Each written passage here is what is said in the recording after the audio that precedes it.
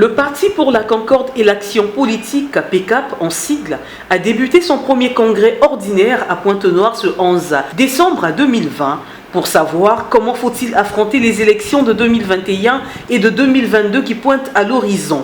Plusieurs partis de la majorité, de l'opposition et du centre ont pris part à l'ouverture de ce premier congrès ordinaire du PCAP, à savoir le PCT, l'Alliance, le Club 2002 Pur, le MCDDI, l'URDC et bien d'autres. Il faut noter que le PCAP est implanté dans les 12 départements du pays.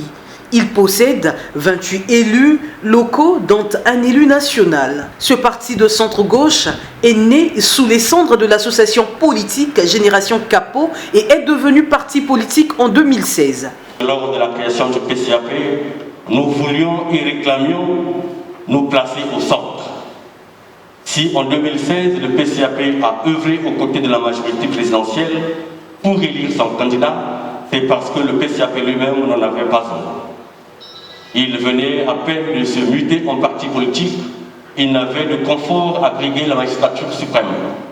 Subjugué par le projet de société du candidat Denis Sassou Nguesso, nous avions résolu de soutenir sans intégrer sa famille politique.